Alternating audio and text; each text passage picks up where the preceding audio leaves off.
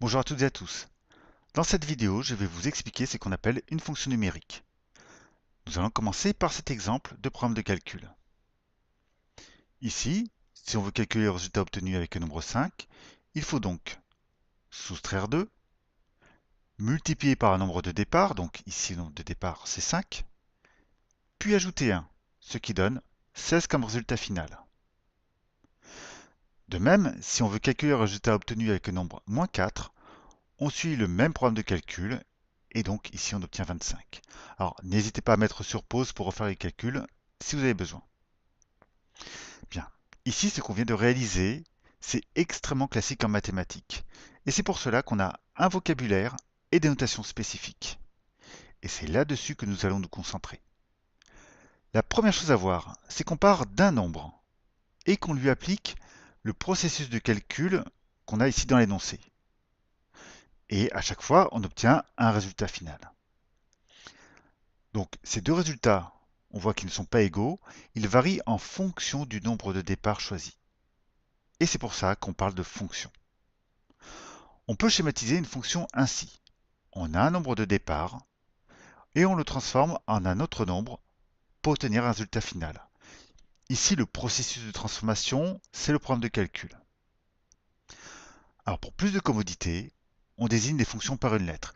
Ici, par exemple, on peut appeler P ce programme de calcul. Autre mot dans le vocabulaire. Le résultat final est appelé image. Donc, l'image du nombre 5 par le programme de calcul qu'on a appelé P, c'est 16.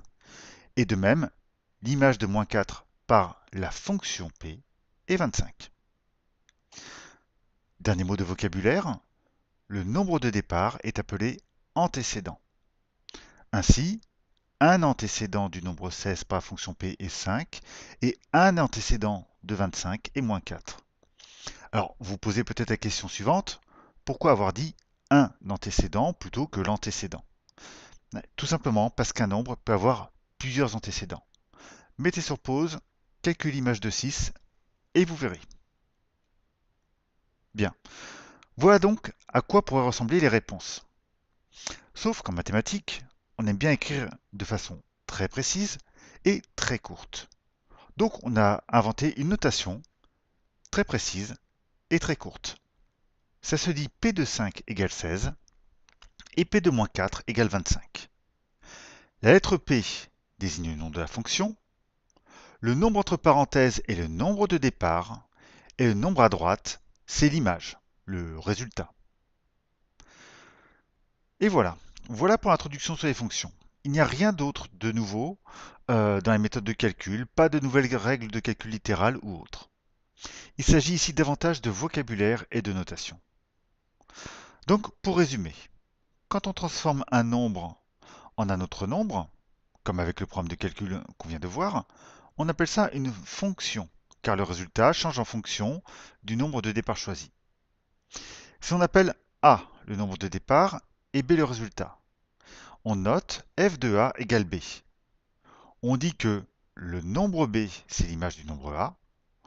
On dit aussi que A est un antécédent du nombre B, car un nombre peut avoir plusieurs antécédents. Voilà, cette petite introduction est finie. Il y a encore beaucoup de choses à dire et à venir sur les fonctions, mais sachez que même si ça n'a l'air de rien, cette nouvelle notation et ce vocabulaire seront au cœur de très nombreux cours de mathématiques.